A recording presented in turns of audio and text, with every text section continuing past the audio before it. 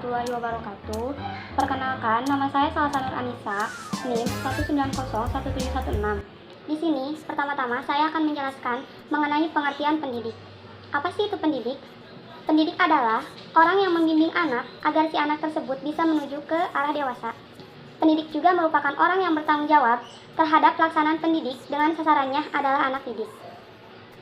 Pendidik juga bisa diartikan merupakan orang dewasa yang baik secara kodrati atau orang tua maupun secara profesi atau pendidik itu sendiri. Karena tugas jabatan yang bertanggung jawab dalam menumbuhkan kembangbiakan anak didik. Selanjutnya, pendidik juga merupakan tenaga kependidikan yang berkualifikasi sebagai guru, sebagai dosen, atau sebagai konselor dan juga pamong pelajar, tutor, sebagai instruktur, fasilitator, dan sebutan lain yang sesuai dengan kekhususannya, serta berpartisipasi dalam menyelenggarakan pendidikan. Yang selanjutnya, di sini saya akan menjelaskan mengenai jenis-jenis pendidik. Jenis-jenis pendidik itu dibagi menjadi dua bagian. Yang pertama, ada jenis pendidik sebagai orang tua dan ada juga jenis pendidik sebagai guru. Nah, yang pertama itu sebagai orang tua. Orang tua secara wajar menjadi pendidik pertama karena mereka merasa bertanggung jawab terhadap si anak. Sehingga dengan tanggung jawab itu mengundang para orang tua untuk membantu berkembangnya si anak dan membantu perkembangan, itulah disebut mendidik. Nah, menurut Majid Hariri, pengaruh orang tua itu sangatlah besar terhadap masa depan si anak, terhadap nasibnya, apakah dia akan mendapatkan kebahagiaan atau kesengsaraan. Yang selanjutnya, pendidik sebagai guru. Undang-Undang Nomor 14 Tahun 2005 tentang guru dan dosen. Guru adalah seorang pendidik yang profesional dengan tugas utama untuk mendidik, tugas mengajar, tugas membimbing, melatih, menilai, dan mengevaluasi peserta didik. Para pendidik juga pada pendidikan peserta didik usia dini, jalur pendidikan formal, pendidikan dasar, dan pendidikan menengah. Guru berfungsi sebagai pendidik, di samping sebagai pengajar. Guru juga dapat membentuk sikap siswa bahwa guru itu menjadi contoh atau tauladan bagi siswanya sendiri. Yang selanjutnya, di sini saya akan menjelaskan beberapa syarat yang harus dimiliki seorang guru. Yaitu yang pertama, guru harus sudah memiliki kedewasaan. Yang kedua, guru harus mampu menjadi dirinya sebagai teladan untuk anak didiknya. Yang ketiga, guru harus mampu menghayati kehidupan anak serta bersedia membantunya. Guru harus membantunya apa yang diharapkan oleh anak didiknya. Yang keempat, guru harus mengikuti keadaan kejiwaan dan perkembangan anak didik. Yang kelima, guru harus mengenal masing-masing pribadi seorang anak, itu mulai dari sikapnya, perilakunya, sifat, dan lain sebagainya. Dan yang keenam, yaitu guru harus menjadi pribadinya sendiri. Yang selanjutnya, di sini saya akan menjelaskan ciri-ciri pendidik. Ciri-ciri pendidik dibagi menjadi dua bagian. Yang pertama, ada ciri-ciri pendidik yang harus mengenal anak didiknya. Pendidik harus bisa mengenal anak didiknya, yakni sifat anak secara umum. Anak usia kelas rendah bakalan sangat berbeda dengan sifat anak usia di kelas tinggi. Nah, yang kedua, ada ciri-ciri pendidik yang itu membantu anak didik. Seorang pendidik harus mau membantu anak didiknya dan bantuan yang diberikan harus apa yang diharapkan oleh anak didik tersebut. Halo semuanya, Assalamualaikum warahmatullahi wabarakatuh. Perkenalkan, nama saya Maya Nucaya Dewi dengan NIM 1901945. Di sini saya akan menjelaskan materi mengenai syarat-syarat pendidik. Sebelumnya, kalian harus mengetahui dulu kenapa sih seorang pendidik itu harus memiliki syarat-syarat tertentu. Karena diharapkan seorang pendidik dapat berperan secara efektif dan efisien. Terlebih kita sebagai seorang pendidik yang akan bergaul dengan beraneka ragam karakteristik anak dan harus mengarahkannya ke arah yang lebih baik. Untuk itu diperlukan syarat-syarat tertentu. Menurut Edi Suwardi 1984, ia mengemukakan beberapa syarat yang harus dimiliki oleh pendidik. Yang pertama, seorang pendidik harus mengetahui tujuan dari pendidikan. Tujuan akhir dari pendidikan adalah kedewasaan. Untuk itu, seorang pendidik harus memiliki pengetahuan tentang manusia dewasa dan bagaimana cara mengarahkan anak didiknya untuk mencapai kedewasaan sesuai dengan tempat dan waktunya. Di Indonesia, seorang pendidik harus mengetahui atau mengenal tujuan pendidikan nasional atau cita-cita nasional mengenai manusia Indonesia. Yang kedua, seorang pendidik harus mengenal anak didiknya. Yang ketiga, seorang pendidik harus mengetahui prinsip dan penggunaan alat pendidikan. Jadi, seorang pendidik itu harus mengetahui dan cermat dalam memilih alat pendidikan pendidikan mana yang cocok untuk anak ini pada situasi tertentu. Yang selanjutnya, seorang pendidik harus mau membantu anak didiknya. Ketika proses penyampaian ilmu pengetahuan, seorang pendidik harus memiliki kesabaran dalam menghadapi anak didiknya. Yang terakhir, seorang pendidik harus beridentifikasi dengan anak didiknya. Maksudnya, seorang pendidik harus menyelami dunia anak atau mengenal dunia anak, namun tidak merupakan hakikatnya sebagai orang dewasa yang harus mengarahkan anak didiknya mencapai kedewasaan. Selanjutnya di sini kita akan membahas materi mengenai anak didik.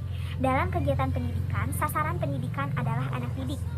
Dalam ilmu pedagogi, istilah anak didik lebih cocok digunakan dibandingkan dengan peserta didik. Mengapa demikian? Karena pada dasarnya ilmu pedagogik adalah ilmu pendidikan anak atau ilmu mendidik. Jadi, pedagogik membahas pendidikan dengan tataran mikro atau dengan tataran khusus, yaitu manusia yang belum dewasa. Berbeda dengan istilah peserta didik. Istilah peserta didik banyak digunakan untuk seseorang yang sedang mengikuti pendidikan. Jadi, dilihat dari tataran makro. Nah, jadi apa sih yang disebut dengan anak didik? Anak didik merupakan seseorang yang sedang berkembang dan memiliki potensi-potensi tertentu, dan dengan bantuan seorang pendidik, ia dapat mengembangkan atau mengaktualisasikan potensi-potensi yang ada dalam dirinya secara lebih optimal. Nah, anak didik dalam proses perkembangannya memiliki karakteristik tertentu. Menurut Tirta Haja 2000, ia mengemukakan 4 karakteristik yang dimiliki oleh seorang anak didik. Yang pertama, sebagai individu yang memiliki potensi fisik dan psikis yang khas sehingga disebut dengan makhluk yang unik. Anak sejak lahir telah memiliki potensi-potensi tertentu di dalam dirinya dan ingin ia kembangkan. Untuk dapat mengembangkan atau mengaktualisasikan potensinya tersebut, ia membutuhkan bantuan dan bimbingan dari seorang pendidik. Yang kedua, individu yang sedang berkembang. Sejak kita lahir, bahkan sejak di dalam kandungan, manusia telah mengalami yang namanya proses perkembangan. Dan prosesnya melalui serangkaian bertahap, melalui fase-fase tertentu. Dan pada fase-fase tersebut terdapat sifat-sifat khusus. Dari perbedaan perkembangan tersebut yang harus dipahami oleh seorang pendidik. Atas dasar itu pula, pendidikan harus dapat membuat strategi atau kondisi yang relevan dengan kebutuhan anak didik. Yang ketiga, individu yang membutuhkan bimbingan individual dan perlakuan manusiawi. Seorang anak yang belum mencapai tingkat kedewasaannya akan terus menggantungkan dirinya kepada seseorang yang telah dewasa. Seseorang yang dewasa berkewajiban untuk membimbingnya dan harus memperhatikan tingkat perkembangan anak agar proses bimbingan tersebut dapat tercapai sesuai dengan hasil yang diinginkan. Yang keempat, individu yang memiliki kemampuan untuk mandiri. Anak didik pada proses perkembangannya memiliki kemampuan untuk berkembang ke arah kedewasaan, dan pada diri anak didik memiliki kecenderungan untuk membebaskan dirinya sendiri. Untuk itu pula, seorang pendidik harus memberi kebebasan secara bertahap kepada anak didiknya, sehingga pada akhirnya seorang pendidik akan mengundurkan diri untuk memberi bantuan kepada anak didik jikalau anak didik tersebut telah mencapai tingkat kemandiriannya sendiri. Nah, selanjutnya kita akan membahas mengenai ciri-ciri anak didik. Menurut Edi Suwardi 1984, ia mengemukakan 3 ciri yang dimiliki oleh anak didik. Yang pertama, kelemahan dan ketidakberdayaan. Anak ketika lahir dalam keadaan lemah dan tidak berdaya. Namun, kelemahan dan ketidakberdayaan tersebut kian hari akan semakin menghilang karena adanya proses bantuan dan bimbingan dari seorang pendidik.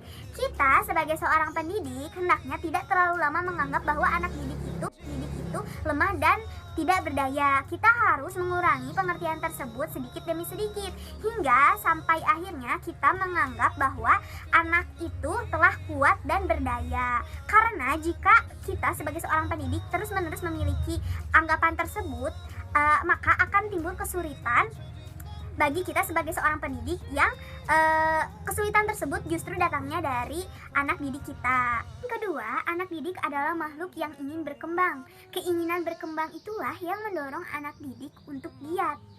Nah, dari situ pula yang menyebabkan adanya pertemuan atau pergaulan yang disebut dengan pendidikan. Yang ketiga, anak didik yang ingin menjadi dirinya sendiri. Nah, pada poin ini adalah poin yang sangat penting karena nantinya seorang anak didik akan terjun ke dalam masyarakat dan ia harus menjadi dirinya sendiri.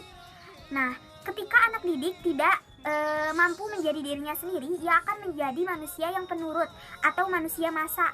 Bahkan terlebih lagi, ia akan tidak memiliki kepribadiannya sendiri. Untuk itu, pendidikan yang baik adalah pendidikan yang memperhatikan anak didik yang ingin menjadi dirinya sendiri dan dapat menumbuhkan vitalitas hidup serta prakasa dalam diri anak tersebut.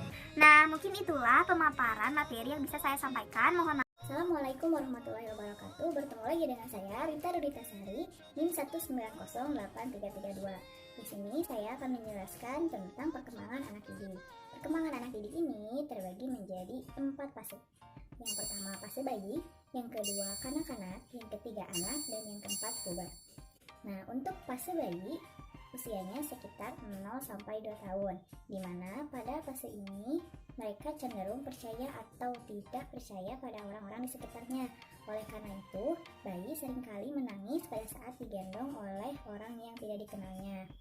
Lalu pendidikan pada masa ini yaitu berupa pembiasaan dengan kebersihan dan kesehatan serta pemeliharaan fisik. Hubungan anak didik dan pendidik merupakan permasalahan yang tidak terlalu berarti karena pendidik pada saat itu hanya mengikuti kehidupan si bayi dan perkembangan bayi. Lalu fase yang kedua yaitu kanak-kanak, usianya 3-7 tahun. Dalam fase ini diklasifikasikan kembali menjadi 2. Yang pertama usia 3-4 tahun, yang kedua 4-7 tahun. Di usia 3-4 tahun merupakan masa otonomi dan adanya rasa malu serta ragu. Nah, pada masa ini mereka bisa berdiri sendiri dalam hal fisik. Contohnya duduk, berdiri, berjalan, bermain, minum di botolnya sendiri tanpa bantuan dari orang lain. Nah, untuk rasa malu dan ragu, mereka cenderung meminta persetujuan dan meminta pertolongan kepada orang tuanya. Lalu di usia 4-7 tahun merupakan masa eksplorasi atau penyelidikan, di mana rasa ingin tahunya tinggi dan mereka cenderung aktif dan tidak mendiam. Lalu lanjut ke fase yang ketiga, yaitu anak-anak. Anak-anak ini usianya 7-12 tahun. Nah, dalam usia anak-anak ini merupakan perkembangan dunia kecerdasan yang lebih luas.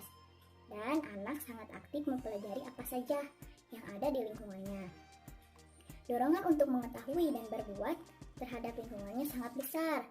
Maka dari itu, harus adanya komunikasi terhadap pendidik dan anak didik agar keaktifan tersebut bisa disalurkan dan berakhir dengan positif. Lalu, fase yang keempat yaitu puber, di mana puber ini usianya 12-14 tahun. Nah, masa puber ini sering disebut dengan masa transisi, yaitu peralihan antara masa anak-anak ke masa remaja. Adapun ciri-ciri pertumbuhan dan perkembangan biologis serta psikologis pada masa puber. Pada wanita ditandai dengan haid, pinggul membesar, dada membesar, suara menjadi nyaring, keterkaitan kepada lawan jenis, dan lain-lain. Lalu pada laki-laki ditandai dengan mimpi basah, otot-otot tumbuh seperti dada membidam, lalu tumbuh jakun, perubahan suara, keterkaitan pada lawan jenis, dan lain-lain. Salurkan dan berakhir dengan positif. Lalu fase yang keempat yaitu puber, di mana puber ini usianya 12-14 tahun. Nah, masa puber ini sering disebut dengan masa transisi, yaitu peralihan antara masa anak-anak ke masa remaja. Adapun ciri-ciri pertumbuhan dan perkembangan biologis serta psikologis pada masa puber. Pada wanita ditandai dengan haid, pinggul membesar, dada membesar, suara menjadi nyaring, keterkaitan kepada lawan jenis, dan lain-lain. Lalu pada laki-laki ditandai dengan mimpi basah, otot-otot tumbuh seperti dada membidam, lalu tumbuh jakun, perubahan suara, keterkaitan pada lawan jenis, dan lain-lain. Bismillahirrahmanirrahim. Assalamualaikum warahmatullahi wabarakatuh. Hai semuanya, kalian pasti pada kangen kan sama? Ya, Evan Pranawa dengan NIM 1907971. Pada kesempatan kali ini, saya akan membahas mengenai peserta didik sebagai individu. Pertama-tama, kalian harus tahu apa sih yang dimaksud dengan individu. Nah, individu ini sendiri diartikan sebagai perseorangan. Individu adalah seseorang yang memiliki kedaulatan sendiri, tetapi tidak bergantung kepada orang lain, namun dirinya masih berkaitan dengan orang lain. Nah, kalian pasti bingung kan apa yang dimaksud dengan berkaitan dengan orang lain? Yang dimaksud dengan berkaitan dengan orang lain adalah Setiap manusia yang pastinya memiliki kekurangan ataupun keterbatasan dan juga memiliki keinginan. Oleh karena itu, untuk menutupi kedua tersebut, manusia memerlukan bantuan dari orang lain. Itulah yang disebut dengan berkaitan dengan orang lain. Coba sekarang kalian pikir. Peserta didik, manusia, berarti individu, berarti punya keinginan. Nah, dari situ diartikan bahwa peserta didik memiliki keinginan. Kalian tahu nggak sih keinginan dari individu? Nah, kalau kalian nggak tahu, keinginan dari individu ini sendiri atau peserta didik ini adalah yaitu kebebasan dalam diri mereka sendiri. Nah, kenapa sih begitu? Dengan tujuan mereka ingin memiliki kebebasan dalam diri mereka sendiri untuk mempertahankan dirinya dalam lingkungannya.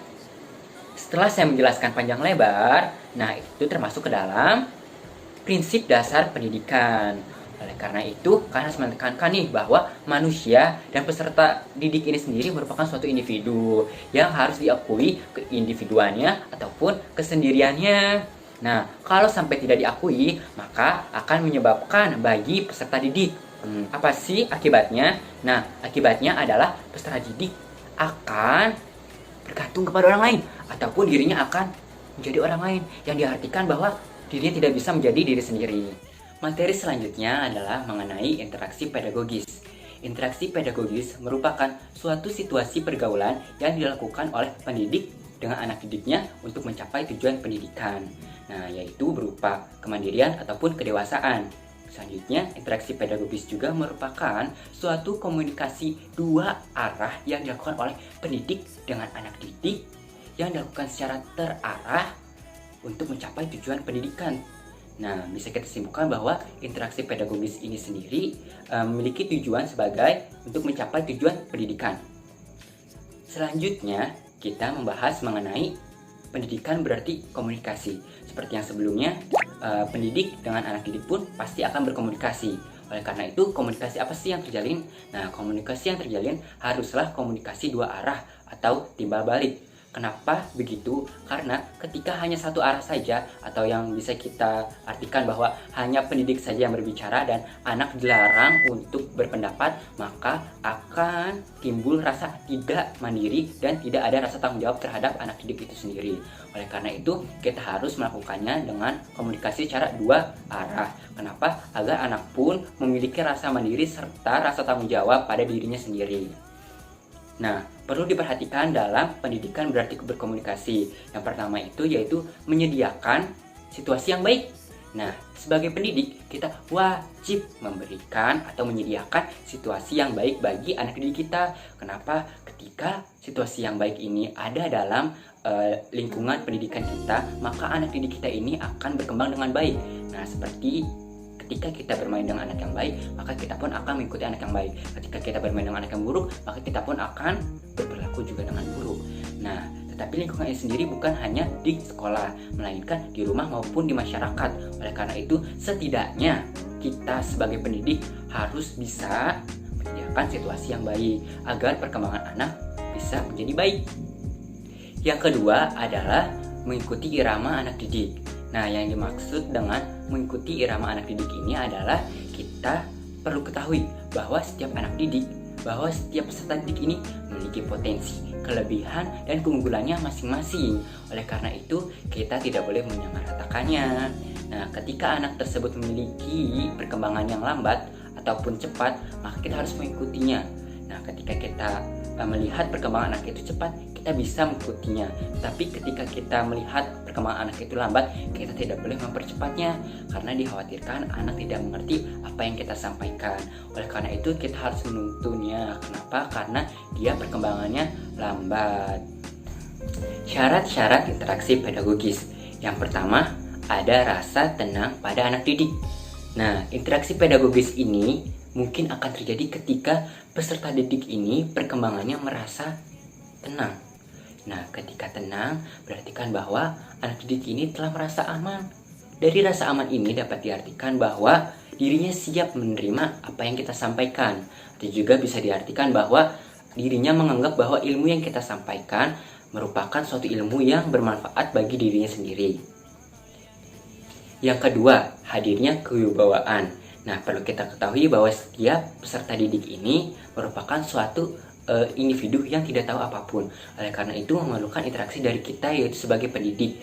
Nah, kenapa sih kita harus bisa berkomunikasi dengan anak didik menggunakan kewibawaan kita? Ketika kita menggunakan kewibawaan kita seperti materi yang sebelumnya yang telah disampaikan oleh teman-teman kita semua, bahwa ketika kita ada rasa kewibawaan, maka si anak itu akan bisa belajar atau berkembang dengan baik dan akan nurut apa yang kita sampaikan.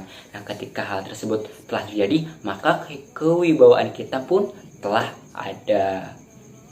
Selanjutnya, kesediaan pendidik dalam membantu peserta didik.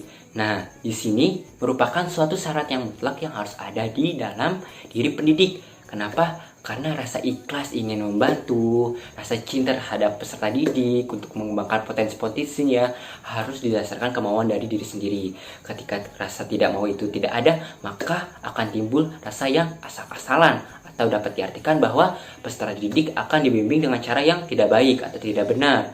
Nah, kita sebagai pendidik harus bisa gitu ya memiliki rasa cinta terhadap peserta didik, seperti rasa cinta kita terhadap anak kita sendiri, agar pendidik pun dapat membimbing anak atau peserta didik ini dengan cara yang halus dengan penuh kasih sayang. Nah, selanjutnya yang terakhir adalah perhatikan anak didik. Nah, kita sebagai pendidik itu harus memperhatikan minat anak didik kita. Kenapa? Ketika anak sudah merasa aman, tenang, dan dia juga menganggap bahwa pendidikan atau ilmu yang telah kita sampaikan itu berguna bagi dirinya, maka kita harus sesuaikan dengan minat mereka. Kenapa lagi? Karena ketika mereka mengetahui bahwa pendidikan tersebut berguna bagi mereka dan sesuai dengan minat mereka, maka akan timbul rasa senang dalam menerima pembelajarannya, dan juga pembelajaran akan terjalan dengan lancar. Oleh karena itu, walaupun murid kita banyak, kita harus bisa memperhatikan minat anak didik kita. Nah, sekian dari saya. Terima kasih. Bismillahirrahmanirrahim. Assalamualaikum warahmatullahi wabarakatuh. Perkenalkan, nama saya Sipa Alinaya dengan NIM 190262. Saya akan menjelaskan mengenai interaksi pedagogis di dalam pembelajaran di sekolah. Ada dua pembahasan. Yang pertama itu mengenai karakteristik interaksi pedagogis di sekolah dan aspek-aspek pendidikan. Yang pertama yaitu interaksi atas dasar peran dan tugas masing-masing. Di dalam suatu interaksi pembelajaran ditandai dengan adanya hubungan peran dan tugas. Nah, di sekolah hubungan antara guru dengan murid itu timbul karena peran dan tugasnya masing-masing. Murid mempunyai peran dan tugasnya yaitu belajar, sedangkan guru peran dan tugasnya itu mengajar. Nah, keduanya itu merasa bahwa mereka harus bekerja sama, dan suatu kerjasama itu muncul atau timbul karena mereka keduanya itu memiliki hubungan gitu. Yang kedua yaitu adanya tujuan. Di dalam interaksi pembelajaran pastinya selalu bertujuan untuk mencapai sesuatu demi kepentingan murid. Yang ketiga yaitu guru bersedia untuk membantu siswa. Karakteristik ketiga ini ditandai dengan kemauan guru untuk membantu siswa untuk mencapai untuk mencapai suatu keterampilan ataupun kepandaian dan juga sikap tertentu. Nah, di sini tuh siswa adalah sebagai kepentingan utamanya. Begitupun guru yang bersedia untuk membantu siswa, dan sebaliknya siswa pun beranggapan bahwa guru dapat membantu dirinya dalam hal-hal tertentu dalam perkembangannya. Selanjutnya, interaksi yang keempat yaitu ada suatu prosedur atau jalannya interaksi yang sengaja dilakukan atau sengaja direncanakan untuk mencapai suatu tujuan. Di dalam suatu proses pembelajaran atau interaksi pembelajaran, seorang guru tidak dapat melakukan sesuatu atas kemauannya sendiri, tetapi harus ada suatu prosedur yang sengaja dilakukan atau sengaja direncanakan untuk proses pembelajarannya itu demi mencapai suatu tujuan tertentu. Tanpa adanya suatu prosedur yang sengaja direncanakan, maka itu akan menghambat proses interaksi pembelajaran. Yang kelima yaitu ditandai dengan adanya satu garapan materi. Materi di sini adalah alat yang digunakan untuk mencapai suatu tujuan tertentu. Nah, materi atau bahan ini harus sudah disiapkan sebelumnya, sebelum proses interaksi belajar mengajar itu berjalan. Apabila materi ini tidak disiapkan sebelumnya, maka proses interaksi belajar mengajarnya pun tidak akan berjalan. Interaksi yang keenam yaitu interaksi pembelajaran ditandai dengan aktivitas anak. Dalam suatu proses pembelajaran, anak harus aktif, tidak pasif. Karena kalau anaknya pasif, kemungkinan interaksi pembelajaran itu tidak berhasil. Nah, aktif itu seperti apa sih? Aktif itu bisa dilakukan dengan adanya aktivitas fisik seperti menulis, belajar, menulis, menggambar, berolahraga, ataupun bisa dibilang aktif apabila anak mencoba menjawab suatu pertanyaan. Itu pun bisa termasuk aktif. Nah, bisa disimpulkan jadi aktif itu artinya giat. Giat berupa giat baik dalam lahiriah maupun dalam batiniah atau rohaniahnya. Anak yang mengalami sesuatu itu pastinya yaitu anak tersebut itu sedang giat ataupun bisa dibilang aktif gitu ya. Dan pengalaman itu tuh sangat penting karena dalam suatu proses pembelajaran tanpa adanya sesuatu yang dialami oleh anak, maka ya kemungkinan yang tadi bahwa interaksi pembelajaran itu tidak akan berhasil. Nah, banyaknya kegagalan dalam belajar karena disebabkan oleh kurangnya anak dalam mengalami sesuatu. Kekurangan keaktifan ini berarti kurang intensifnya anak atau murid dalam mengalami interaksi belajar mengajar. Lalu bagaimana caranya anak aktif? Bagaimana caranya mengaktifkan murid kita? Jawabannya ada pada interaksi. Dengan interaksi maka diharapkan belajar menjadi pengalaman yang intensif. Kemudian guru pun harus mengambil peranan yang aktif seperti menerangkan, bertanya, menyuruh, memberi tugas, mendorong ataupun memberi motivasi kepada anak. Sehingga bukan berarti itu apabila anak aktif, gurunya pasif, tidak. Tetapi keduanya itu sama-sama aktif dan mereka bekerja sama untuk menggarap dan mengolah suatu bahan atau materi tertentu. Selanjutnya, karakteristik yang ketujuh yaitu guru mengambil peranan membimbing. Membimbing di sini berarti guru menghidupkan interaksi. Guru dapat menjadi motor ataupun sebagai motivator atau pendorong kepada siswanya dalam proses belajar mengajar. Guru pun berperan sangat penting atau berperan sebagai tokoh utama dalam interaksi pembelajaran karena gurulah yang memulai, guru pun yang memimpin proses pembelajaran dan mengakhiri proses pembelajaran. Selanjutnya, karakteristik yang kedelapan yaitu di dalam interaksi pembelajaran ada suatu disiplin.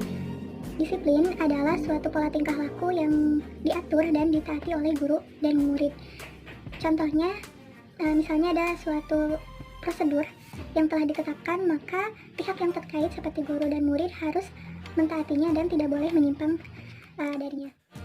Karakteristik yang kesembilan yaitu ada batas waktu.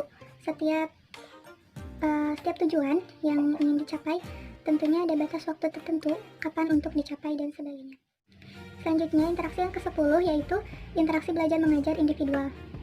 Pada interaksi ini, anak mendapatkan kesempatan untuk mengalami berbagai proses belajar karena guru hanya memperhatikan atau hanya berhadapan dengan satu orang anak saja.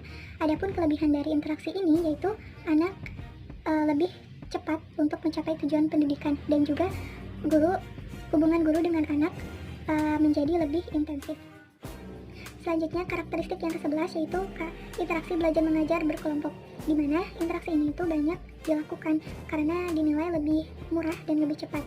Dilihat lebih murahnya itu dari segi jumlah guru dan peralatan yang digunakan. Seorang guru dan satu peralatan itu dapat digunakan oleh sekelompok murid. Tetapi dalam pendalaman materi atau dalam pendalaman pendidikan, pada interaksi ini itu tidak seperti pada interaksi individual yang dimana anak dapat mengalami berbagai proses pendidikan. Namun kelebihan dari interaksi berkelompok ini dalam segi pendidikan, anak dapat mendapatkan kesempatan dari segi sosial untuk mengembangkan sosialitas murid karena dalam interaksi ini adanya pergaulan antara sesama murid yang dimana pada cara individual ini tidak ada pergaulan. Selanjutnya, karakteristik yang terakhir, yang ke-12, yaitu interaksi belajar mengajar dengan tim guru. Interaksi ini dinilai lebih banyak memberikan keuntungan, yaitu terintegrasinya materi atau bahan pelajaran. Interaksi ini dilakukan dengan cara membagi tugas-tugas guru sesuai dengan materi yang akan dipelajari, dan guru pun diberi tugas sesuai dengan keahliannya masing-masing. Meskipun interaksi ini banyak memberikan keuntungan, tetapi cara ini tuh jarang dilakukan. Selanjutnya masuk ke dalam pembahasan yang kedua, yaitu aspek-aspek pendidikan. Di dalam interaksi pembelajaran di sekolah harus termuat aspek-aspek pendidikan. Aspek yang pertama yaitu pendidikan budi pekerti. Budi pekerti berkaitan dengan watak dan akhlak manusia dan menjadi dasar yang fundamental dalam pendidikan lainnya. Pendidikan budi pekerti ini bertujuan agar anak dapat membedakan mana yang baik dan yang buruk, sopan dan tidak sopan, ataupun mana sifat yang terpuji dan sifat yang buruk dan sebagainya. Selanjutnya, aspek yang kedua yaitu pendidikan kecerdasan, di mana pendidikan ini merupakan tugas pokok sekolah dan yang bertujuan supaya anak dapat berpikir kritis, logis, dan kreatif. Aspek yang ketiga yaitu pendidikan sosial. Pendidikan sosial bertujuan agar anak dapat menyesuaikan diri dalam kehidupan bersama dan ikut berperan aktif dalam kehidupan bersama tersebut. Selanjutnya, aspek yang keempat yaitu pendidikan kewarganegaraan, di mana pendidikan kewarganegaraan ini mendidik anak agar kelak menjadi warga negara yang baik dan berguna bagi masyarakat dan juga negara.